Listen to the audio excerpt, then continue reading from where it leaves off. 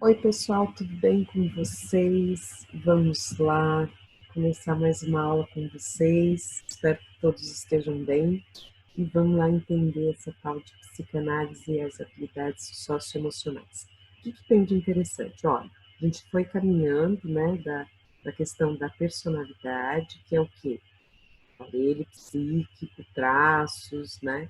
Aquilo que nos define enquanto nosso lado consciente, inconsciente, temperamento, caráter, relação com as outras pessoas, com o meio externo. Então, tudo isso está agregado à nossa personalidade. E dentro da nossa personalidade, nós temos nossas habilidades socioemocionais. E aí nós vamos verificar quais as contribuições da psicanálise para nossas habilidades socioemocionais. E a influência desta, é claro, nas práticas esportivas e poliesportivas. Então, vamos lá. Só um minutinho aqui. E vamos ao nosso próximo slide, que vai dizer sobre os objetivos desta aula. Então, é tentar entender um pouquinho da teoria do Freud, é claro, os aspectos mais importantes para vocês, né, que estão no bacharelado em educação física, mas tentando entender o quanto que ele contribuiu para demonstrar sobre como funcionam nossas forças inconscientes, o quanto que há de turbulências, frustrações e psicopatologias, né, na nossa vida cotidiana e na nossa vida psíquica, tá? Então essas são as grandes contribuições e a gente vai vendo com bastante calma depois. Logo em seguida, nós vamos verificar o método que ele usa para entender sua grande descoberta. Qual é a grande descoberta, né, do Freud, que é esta pessoa aqui, em mais ou menos 1900? A descoberta do inconsciente, né? Então, ele vai ser extremamente polêmico e vai ser uma grande revolução para a época, quando ele diz que o que mais guia o ser humano é a sua força inconsciente e não o seu lado consciente, o seu lado racional. Então, daqui a pouquinho a gente vai entendendo isso com mais calma e para que ele possa investigar, né, conseguir chegar, se aproximar desse inconsciente, ele usa dois métodos, da interpretação dos sonhos e da associação livre. Todos para tentar chegar a estes conteúdos que nós sempre procuramos jogar para debaixo do tapete. Vou traduzir.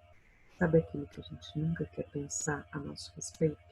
Sabe aquilo que é extremamente sofrido nós com nós mesmos nos depararmos? E que ninguém fica sabendo, só a gente mesmo? Pois é, essa parte que é do nosso inconsciente é que Freud tenta alcançar. Ele vai falar, querendo ou não, isso está crescendo, está criando raiz dentro e está criando sintoma, está criando doença. Então, as pessoas vão adoecendo porque não vão lidando com aquilo que elas estão despejando no inconsciente delas. Faz sentido um pouquinho? Pois é. Então, os métodos são da interpretação dos sonhos e da associação livre. E o terceiro objetivo dessa aula é procurar demonstrar, assim, em termos práticos, como que essas habilidades socioemocionais no nosso dia a dia acaba acontecendo e o quanto que no universo dos atletas e dos praticantes, isso passa a ter um efeito, ok? Bora lá? Aqui. Aqui nós temos. Só um minuto.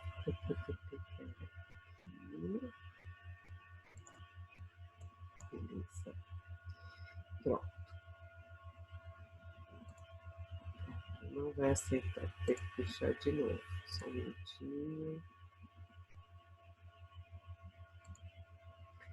Bom, pessoal, a grande descoberta do Freud, aquele mais velho, né, é o inconsciente, e para isso ele se depara com um método chamado interpretação dos sonhos. Por que ele vai falar da interpretação dos sonhos?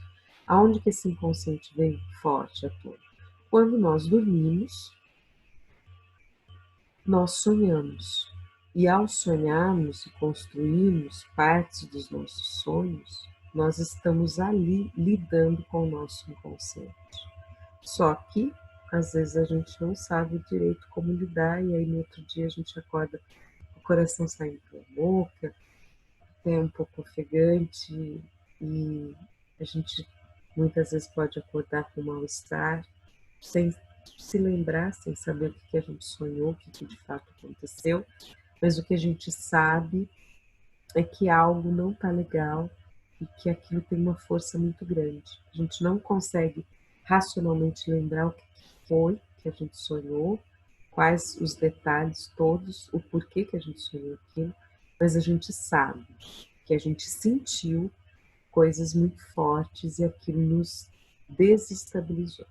Então ele vai falar, olha, porque nos sonhos é onde o inconsciente ele está livre, ele está solto. O nosso consciente fica ali tentando pôr uma barreira, né? Mas quando a gente dorme, né? Lá Fred Krueger, não é só uma brincadeira, mas é nos sonhos que o nosso inconsciente ele consegue não ser tão reprimido e vir à tona.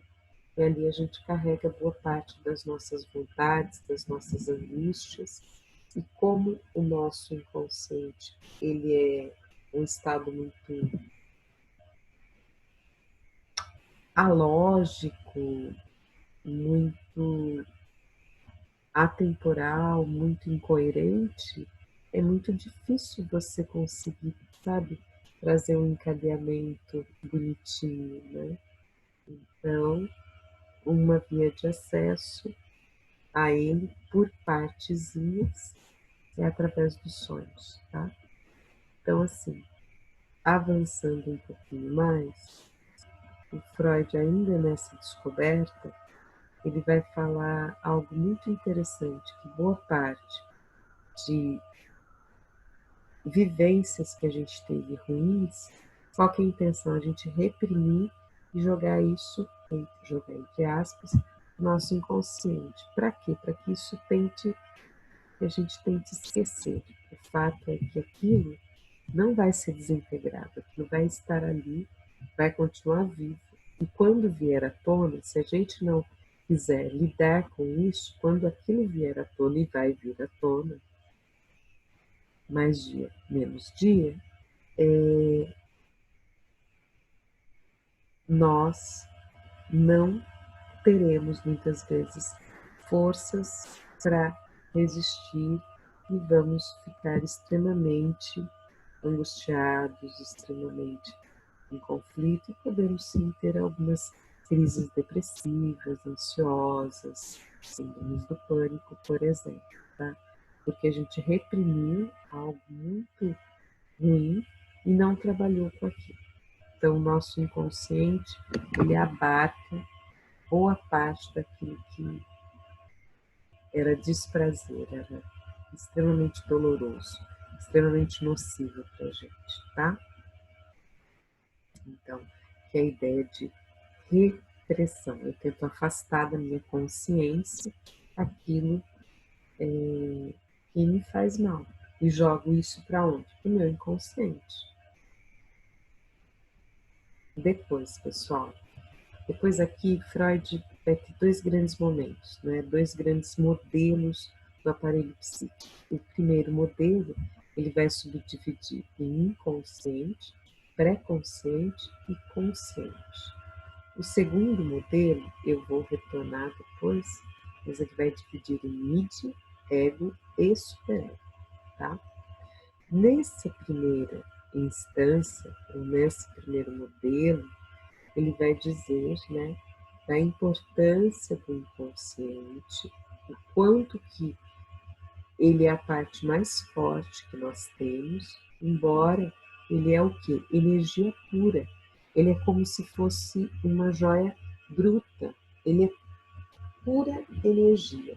Entretanto, nós precisamos dessa energia para que a gente melhore e canalize para o nosso consciente.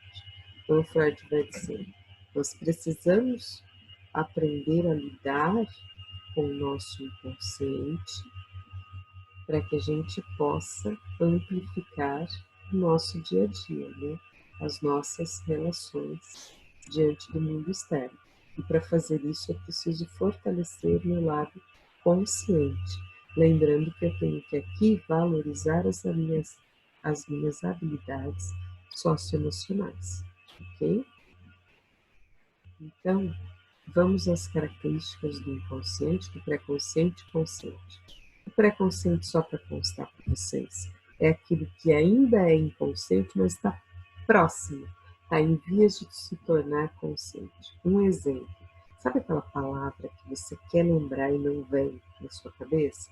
E aí passa um dia ou passa, daqui a pouco ela, pum, aparece?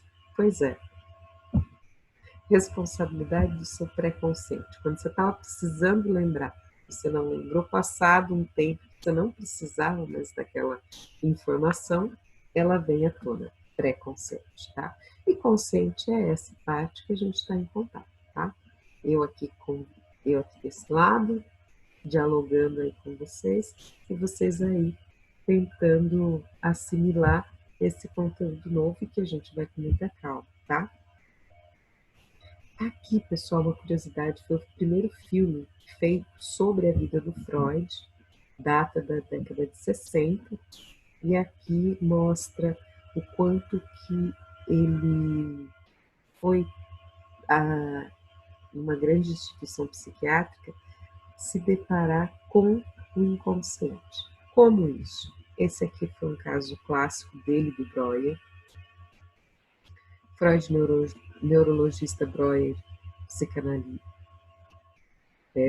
Breuer, psiquiatra, e aqui a Ana O. Nunca se é dado o nome verdadeiro de um paciente, ok? Sempre é criado esse nome ou então as iniciais, tá? O nome real era Berta, tá? Então a Ana, aqui Ana O, ela vai representar uma paciente do Breuer, que o Freud também ajuda a acompanhar, e aqui eles vão se deparar com um caso de uma pessoa que tinha tetraplegia, ela, mas não tinha nenhuma causa orgânica, nenhuma causa neurológica. Então, o que causava? Era psicossomático. O Freud vai falar histeria de conversão. O que é isso? Algo tão forte, um trauma tão forte, que ao invés dela querer se deparar com aquela situação, o que ela fazia? Ela psicossomatizava, porque era preferível, isso tudo inconsciente, tá? Mas era preferível sentir no corpo do que ter a angústia de se deparar com aquela situação muito traumática. Então, inconscientemente, ela desenvolveu essa doença, a tetraplegia, por uma causa psicossomática. A grande causa foi ela se sentir culpada pela morte do pai. Okay? Não, ela não teve nada diretamente vinculado, mas numa época bastante complicada, ela se sentiu muito complicada porque mulheres extremamente jovens, assim, aos 20 anos, você já era velha para casar, era esse o conceito dessa época, final do século XIX, né? Então, a Berta, ela já não tinha mãe, ela tinha um relacionamento, mas o pai era adoecido, e ela teve que abrir mão de várias coisas para cuidar desse pai.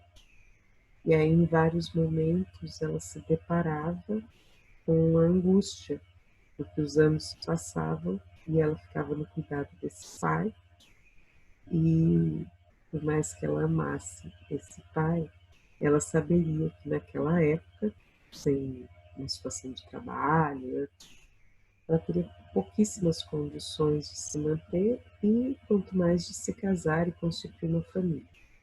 Então, em alguns momentos, ela desejou inconscientemente, que ele morresse.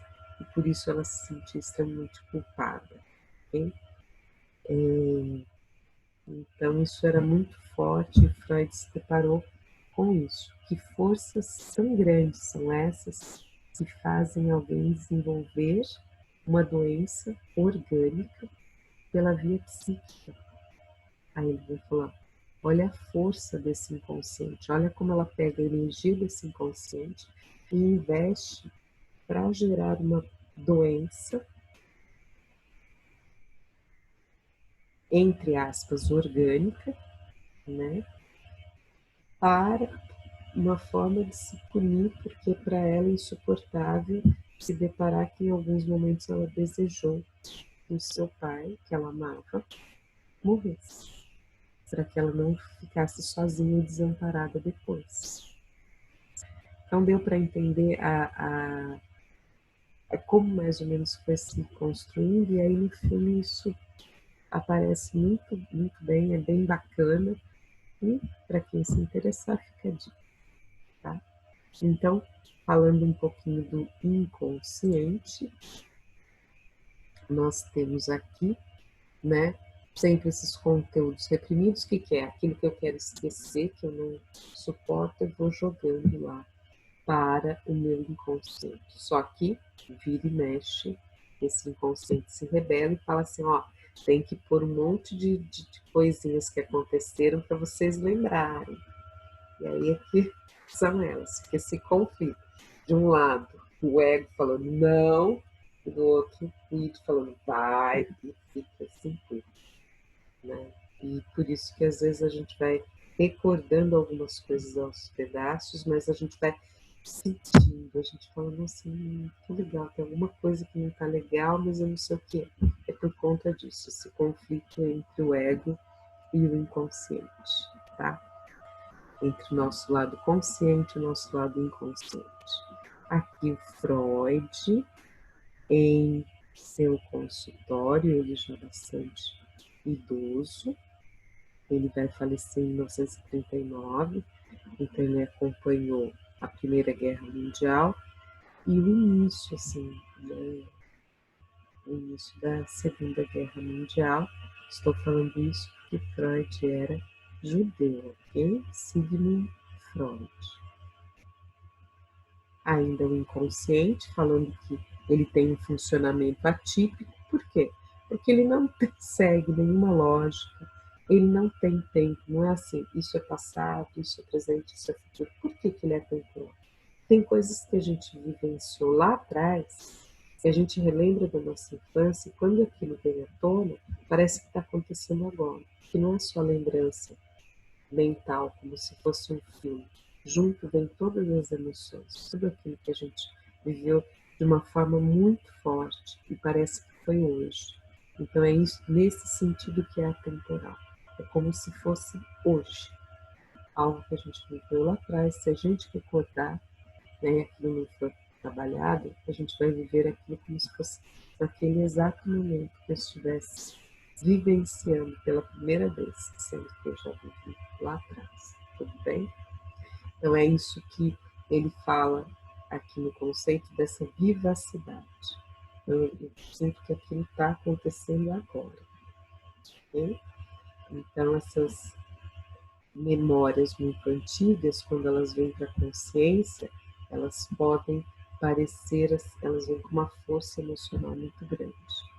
E isso é bastante delicado, ok?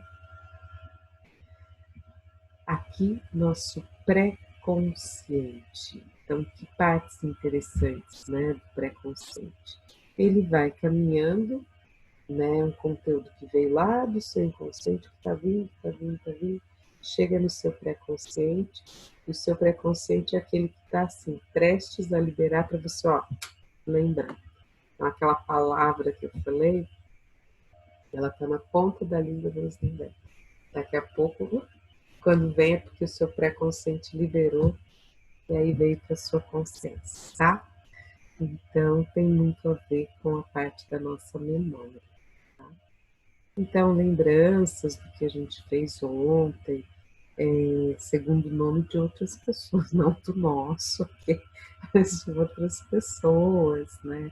Lembrar o nome de ex-alunos completos, né?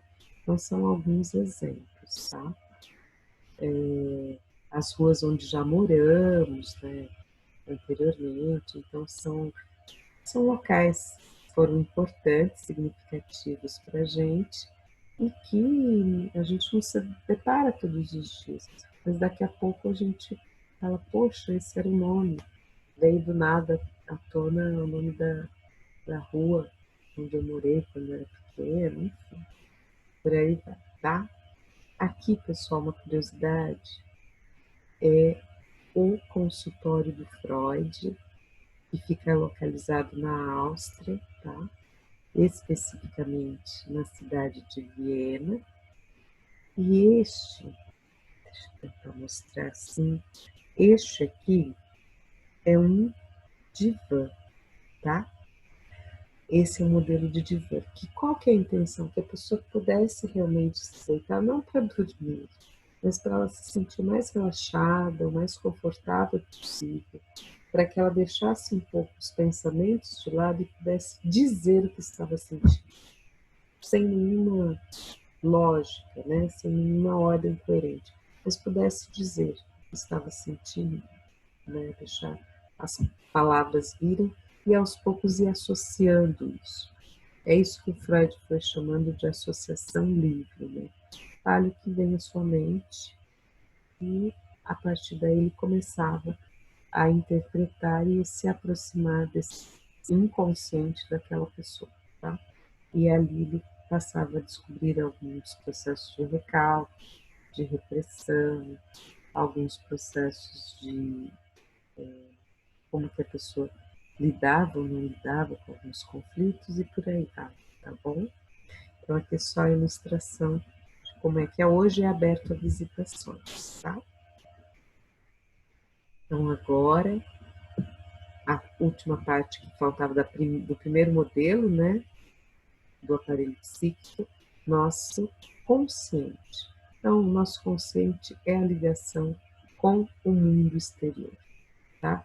Nosso lado consciente é aquilo que intermedia o que é da nossa subjetividade e o que é do mundo externo. E é aqui que a gente se depara com a relação entre singularidade e objetividade. Aqui no consciente eu tenho a parte racional, a parte padronizada, a parte artística, a parte emotiva, a parte afetiva? Sim. Então, no meu lado consciente, eu tenho todo esse arcabouço, ok? Tudo fazendo parte. E o ser humano ele não é somente emocional, ele também é racional. E essa é a grande questão, não é nem um ou outro, é e um e outro. Né? Aqui vocês têm a imagem do Freud e sua filha, a Ana Freud. A Ana foi discípula do Freud e depois ela foi desenvolvendo trabalhos na área da criança, né? Então, a psicanálise infantil. Ela trabalhou muito tempo com crianças. O segundo modelo de aparelho psíquico do Freud, aqui também a Ana, foi dividido nessas três partes. Id, pura energia. Ego, é esse mediador entre o mundo externo, o meu id e o meu superego. Ele está sempre no meio de tudo. E ele precisa mediar, é o que mais sofre. Então, o nosso ego é o nosso eu, é o nosso lado racional, é o nosso lado emocional, é o nosso lado assim consciente, ok? De contato com o meio externo. Eu posso dizer que eu me apresento aqui, agora falando com vocês, como esse ego, tá? E aqui ego não tem nada de ruim. O que é ruim? Egoísmo, tá? Egoísmo só é possível para crianças muito pequenininhas que estão aprendendo a viver e a lidar com as suas emoções. Egoísmos exagerados em pessoas adultas é extremamente complicado. Então, ego não é o egoísmo, mas deriva do eu, ok? No caso, o egoísmo deriva do eu. Então, eu e o superego, que é o a nossa autocensura, nosso juiz, aquilo que fica a todo momento nos provando que a gente tem que melhorar mais, que aquilo que a gente fez foi insuficiente, é aqui, ó, superego, tá? Vamos vendo cada um desses tópicos. Só um minutinho que eu vou pedir licença para vocês para tomar uma água. Então vamos lá para o id.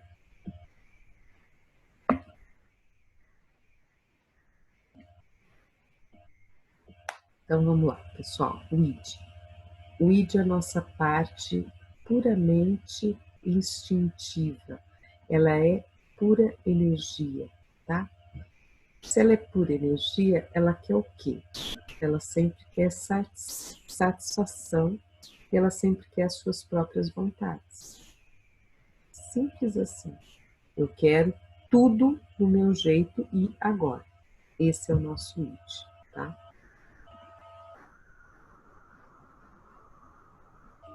Já reforçando o que veio, como ele é puramente energia e ele é puramente inconsciente, vai se manter. Ele é alógico, é espacial, atemporal. Okay? Então, ele tem como objetivo sobrevivência e autoconservação. Tá? Freud aqui também, no seu consultório, só que na época dele, diferente da imagem anterior, que é mais atual. Tá?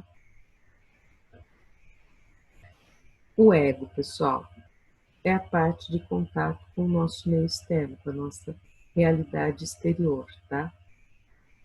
Ele se desenvolve, ele é uma parte do id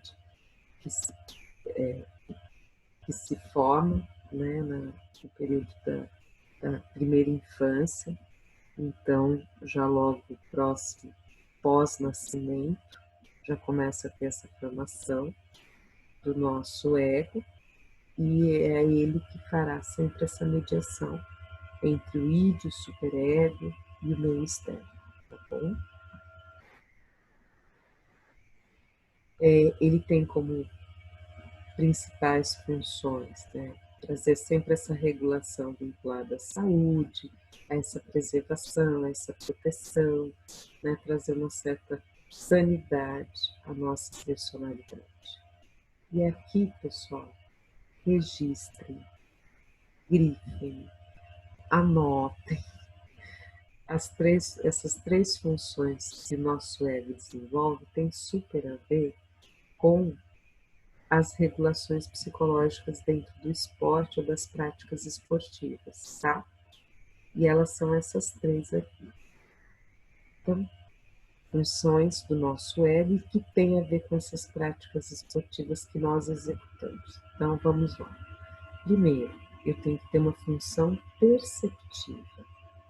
O meu eu, ele precisa perceber as coisas do mundo externo através dos seus órgãos dos sentidos. Então, os nossos órgãos dos sentidos captam essa realidade externa. Depois, nós interpretamos isso, e isso a gente dá o nome do que? De percepção. Quando eu capto algo com os meus órgãos dos sentidos e digo, isto é bom, isto é ruim, vejo algo bom, vejo algo ruim, cheiro algo bom, cheiro algo ruim, eu já estou interpretando. E isso significa que eu já estou percebendo. Então, ó, a primeira grande função é a função perceptiva. Então, eu percebo. Depois, eu integro. Eu tenho uma função integradora, que eu uso de um certo planejamento. Eu vou tendo algumas objetividades naquilo. E, por fim, ao perceber, ao integrar, o que eu preciso fazer? Eu preciso executar, eu preciso realizar. Então, eu tenho aqui a função reguladora, que é aquela que eu coloco em prática. Eu uso de todo o meu comportamento para atingir aquilo que eu estava almejando, que eu estava planejando de acordo com aquilo que eu percebi. Então, dito com um exemplo, se fosse para eu trazer para a modalidade de esporte, então eu percebo uma falha na defesa e naquela falha eu consigo antecipar uma jogada, consigo antecipar o que mais ou menos eu preciso fazer, né? Planejo isso é muito rápido, e depois o que eu já vou fazer? Eu vou para ação, eu vou executar aquilo que eu planejei e atingir um bom resultado. Então, realizar a cesta, ok? Então, é um exemplo de como eu consigo utilizar dentro do meu ego essas 3 funções importantes para a regulação do esporte.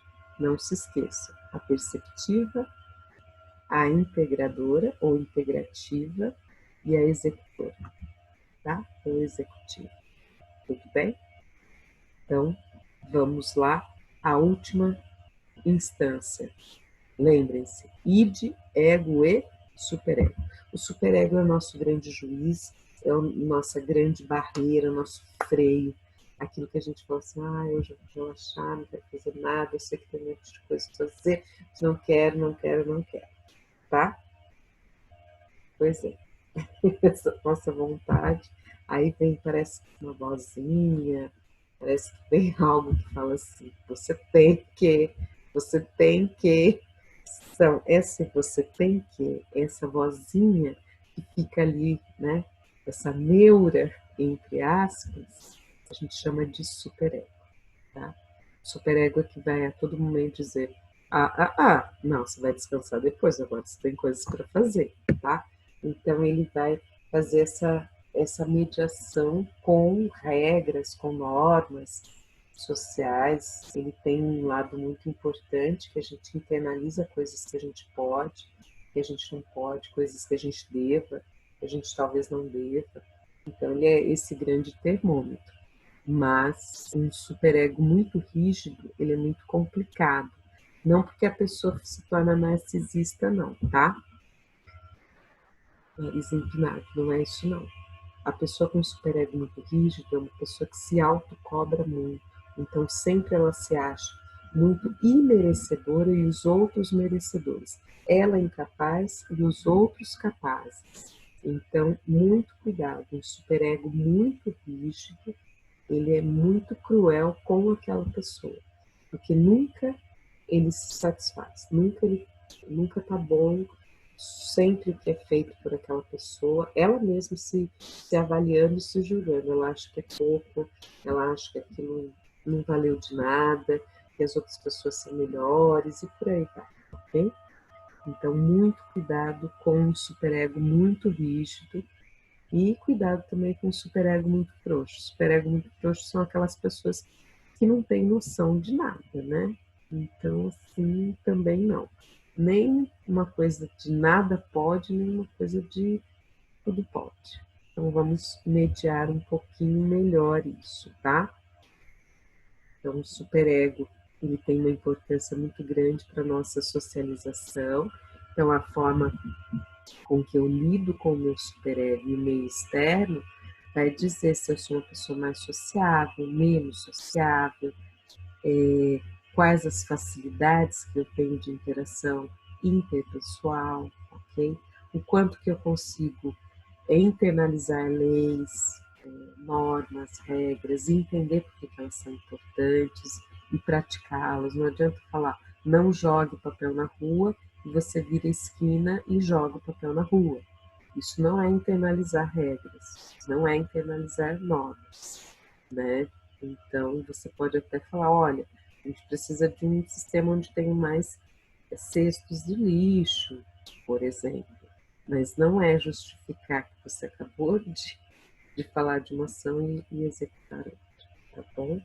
Então, o superego ele é extremamente importante para essas internalizações de leis, de valores sociais. Aqui, esse quadro é super interessante, que é uma evolução cronológica aqui do Freud, ele diminuindo até ele mais velhinho, tá? Próximo aqui ao falecimento dele em 1939, tá bom? Então vamos lá, pessoal. Vamos entender como o nosso ego ele forma defesas. E essas defesas são formadas por nossas habilidades socioemocionais. Então, a realidade como ela não é, ou os mecanismos de defesa em relação às habilidades socioemocionais. A realidade como ela não é, porque muitas vezes nós utilizamos nossas habilidades socioemocionais para camuflar e criar uma outra realidade, criar uma outra ilusão, achando que com isso a gente dá conta do recado, ok? Ficou mais fácil assim, né? Então é isso. A gente pode usar, sim, de uma forma benéfica nossas habilidades socioemocionais, mas a gente também pode ativar algumas habilidades socioemocionais não tão interessantes assim, que podem ter um efeito meio catastrófico para a gente, ok? Vamos lá conhecê-las. Então, a primeira delas, o recalque. Eu acho que acabei falando brevemente, mas o recalque ele nada mais é do que você pegar uma parte daquilo que você vivenciou de ruim, de traumático, né, de algo que você viveu que não é legal e você pega aquilo e retira. Não quero me deparar com isso, não quero vivenciar isso, não quero nunca mais lembrar disso. Então eu tento retirar toda aquela vivência traumática, difícil, sofrida, para que eu nunca mais recorde, para que eu nunca mais queira recordar aquilo. Então eu retiro isso e lanço no meu inconsciente, tá? A princípio, no primeiro momento, é bacana usar o recalque. Qual é o problema do recalque? Quando você deixa aquilo que é conflituoso lá, porque aquilo está lá, mas não está sendo tratado. Você precisa tratar, porque aquilo começa a crescer e vai ficando incontrolável. E daqui a pouco começa a ter efeitos muito grandes, e aí a pessoa fala assim, nossa, mas eu não sei por que eu tive isso. Claro que você sabe. Recorde-se, você jogou aquilo de canto e achou que nunca mais ia se deparar, só que aquilo continuava vivo, aquilo não desintegrou, não. Então, muito cuidado. No primeiro momento, algum trauma, alguma vivência muito dolorosa, você pode até apagar momentaneamente, mas depois, se você não lidar com esse sofrimento passa a se tornar maior que você. E aí, algo que é muito gigante, você fica com medo de encarar. E aquilo parece que te engole. Não é esse o objetivo, é que você seja maior do que o seu problema, para que você resolva o seu problema, tá? Então, recalque, ele é bacana no primeiro momento, mas depois precisa ser trabalhado. Então, trabalhar as nossas habilidades socioemocionais aqui, tá? Formação reativa. A formação reativa, ela é uma forma de imaturidade. Então, muitas vezes, no esporte, a gente se depara com algumas situações, conforme a modalidade esportiva, de atitudes muito imaturas, de comportamentos muito imaturos, de relações interpessoais muito imaturas. Então, sempre se onerando da responsabilidade, lançando a responsabilidade para o outro, ou assumindo sem um devido compromisso algumas lideranças, né? Então, isso é muito complicado. Então, a formação reativa, ela é o quê? Eu procuro desqualificar ou demonstrar um sentimento contrário daquilo que eu realmente sinto. Então, aquilo que eu desejo eu desqualifico ou aquilo que eu desejo, para aceitar essa ideia, eu desloco para outra coisa, tá? Eu vou para outra coisa. Um exemplo que eu costumo dar, assim, em muitos momentos é assim, hoje foi um mau dia, não estava com cabeça no jogo.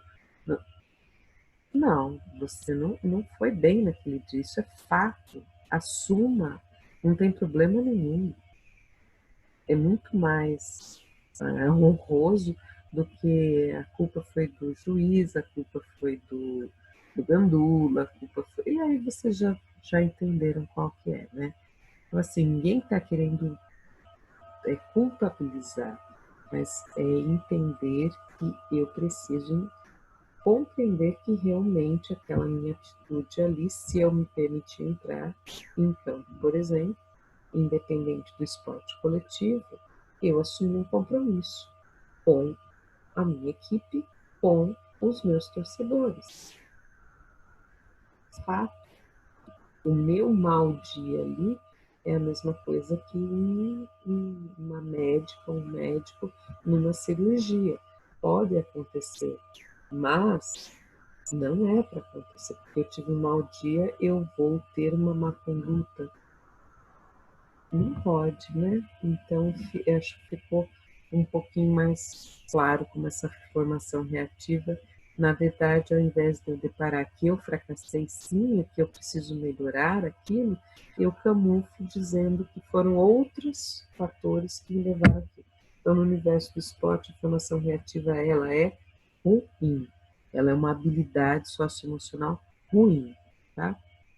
E aí, deixando ela mais suave, só para vocês entenderem, na fábula, um exemplo de formação reativa, a fábula da raposa e das uvas, ela é super interessante, que acontece assim, a raposa se depara com um cacho de uvas linda numa videira, só que ela estava no alto, então ela fica tentando várias estratégias e não consegue.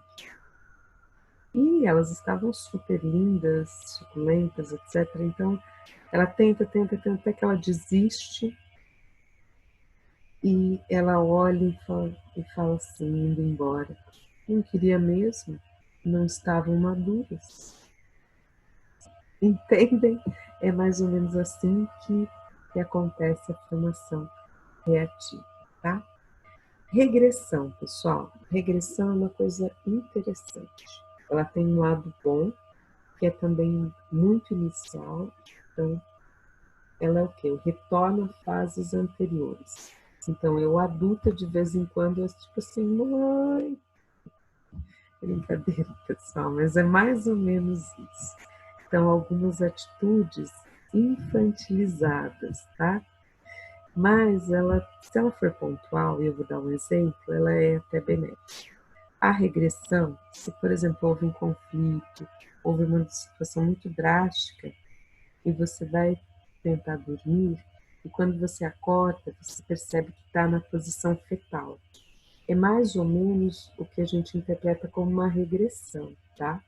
Então, voltou como se fosse um bebezinho e que precisasse de proteção. No caso, é você com você mesma, tentando se autoproteger, se fortalecer minimamente para se deparar com aquela situação, com aquele problema.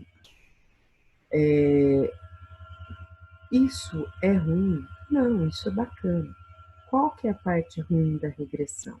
A parte ruim da regressão é quando, por exemplo, no esporte, você se depara com pessoas muito egoístas. Lembra do ego? Pois é, a gente entra com ele agora. Então, você, conforme a faixa etária que você venha a trabalhar, mesmo crianças, né, adolescentes e adultos, você se depara com imaturidades emocionais.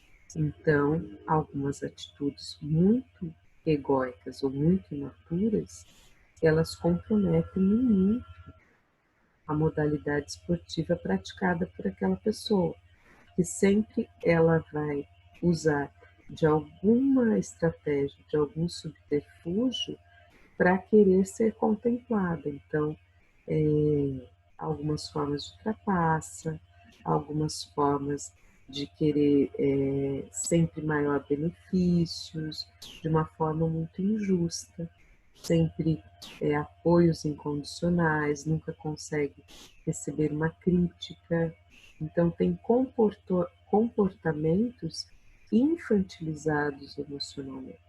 E isso pode gerar grandes confusões, e a regressão aliada à agressividade é uma bomba relógio, porque egoísmo com imaturidade mais agressividade resulta em violência, tá?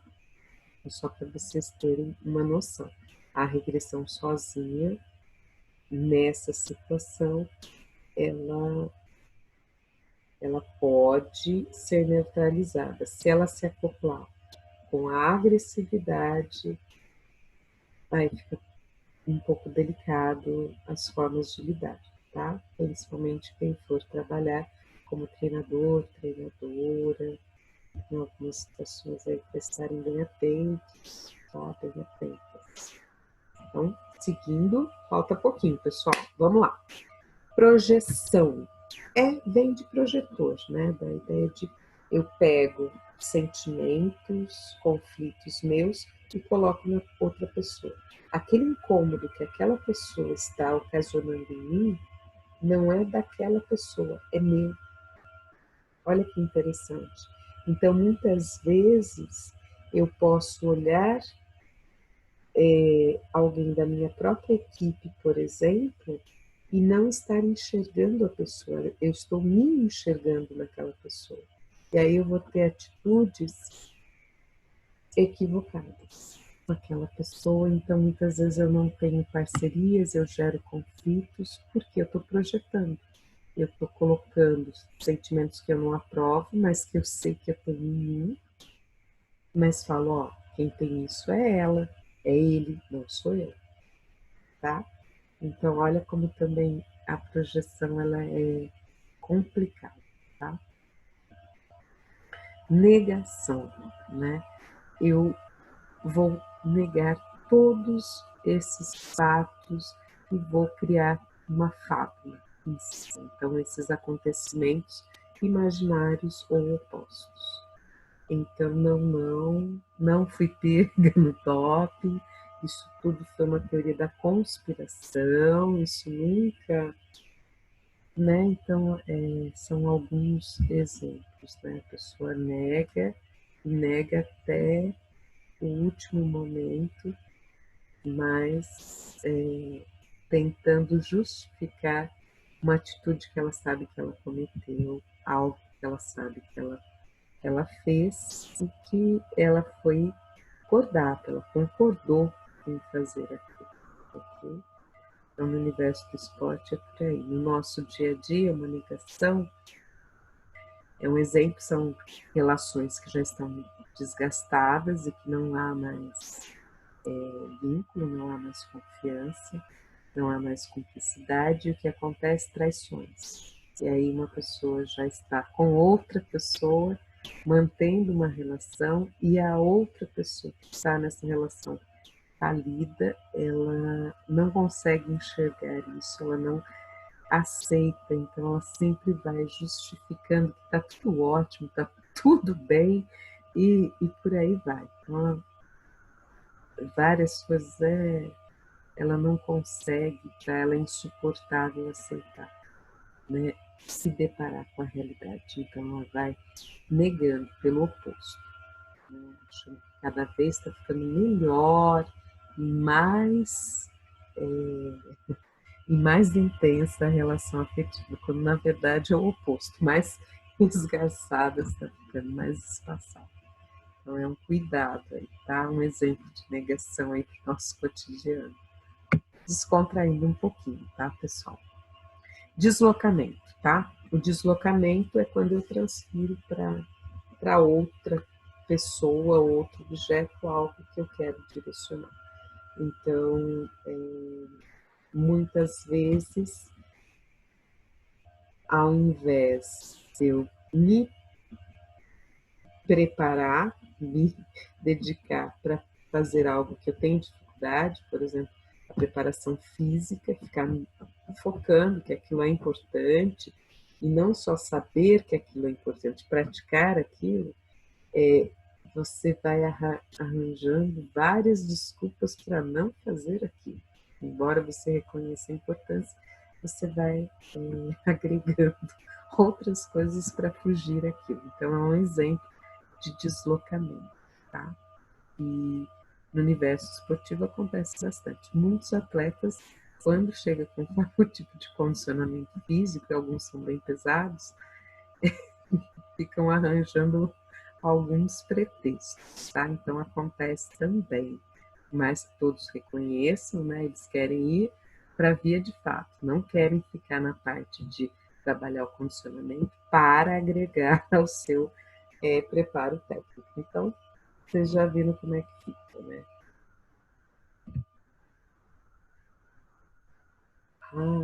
As duas últimas, pessoal, sublimação e racionalização são opostas. Sublimação, o que é? Eu pego essas energias que são de satisfação, sexual não é sexo, é satisfação, aquilo que me contempla enquanto pessoa, e aquelas intensas, as agressivas, e vou fazer o que com isso? Eu vou transformar em algo criativo para a minha vida. Bonito isso. O que é quando eu pego essa habilidade socioemocional, né, e vou praticando? Significa que eu vou lá naquelas energias em estado bruto, pego aquela energia e utilizo no meu dia a dia. Por exemplo, para estar dialogando aqui com vocês, para estar trabalhando com artesanato em madeira, fazendo pintura, praticando uma modalidade esportiva, plantando uma flor, tudo que vocês criarem, né? Tudo que vocês estão pegando e se deslocando para fazer, isso é um ato sublimatório, tá? Sempre vinculado a algo criativo, bem? E sempre algo criativo benéfico, não criativo maléfico, tá bom? E a racionalização, por que ela é ruim e por que ela é oposta? Ser racional não é, grifem, racional não é racionalização. Racionalização, o que é? Eu pego, sim, essa ideia de intelectualizar a minha emoção. O que é intelectualizar a minha emoção? Ora, eu virar e falar assim, tristeza não é bom, não é algo agradável, não, sabe? Não agrega, não vai somar nada para mim. Então, por que eu vou sentir tristeza? Não devo sentir tristeza. Pronto, tristeza vai embora porque você não agrega nada. Não tem como. Ninguém quer sentir tristeza, ninguém quer sofrer, ninguém quer ficar sentindo angústia. Só que não dá para racionalmente você falar assim, angústia vai embora. Isso não é uma mentalização. Para.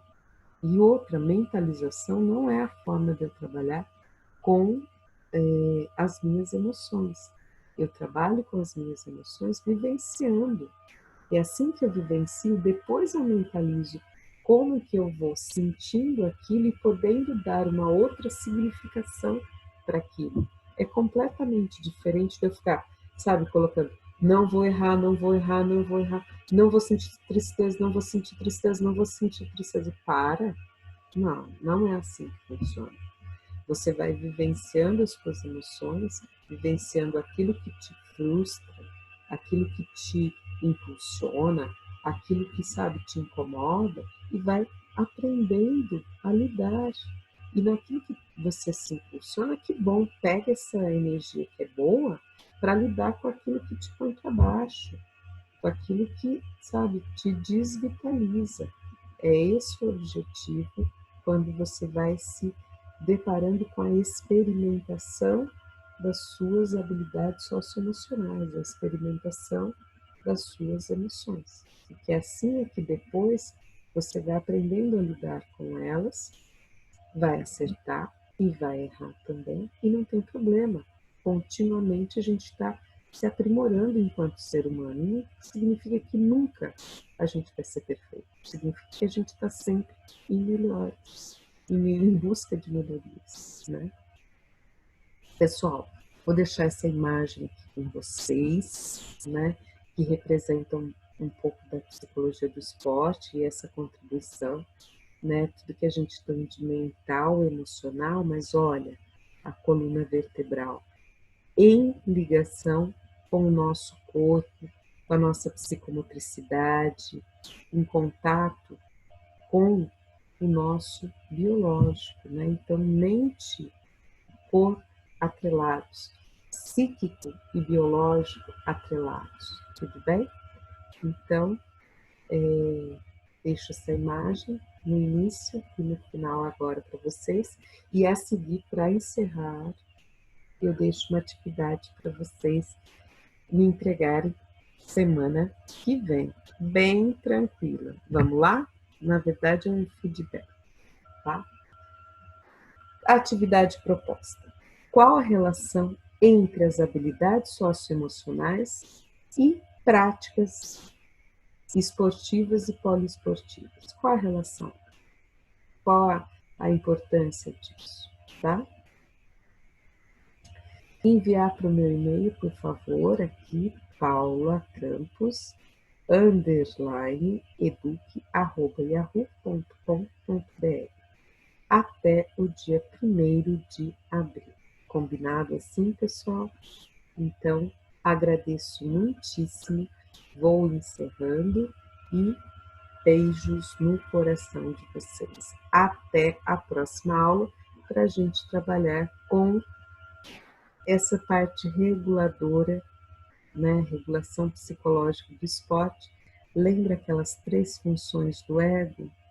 Pois é, a gente vai ver com um pouquinho mais de calma. Para quem se recordou, é a parte perceptiva, a parte integradora e a parte executiva, tá? Ou executora. Tudo bem? A gente vai ver com mais calma na próxima aula. Depois eu disponibilizo o material para vocês. Até lá, pessoal. Beijo, boa noite. Quem curtiu, gostou da aula, dá um joinha. Até mais.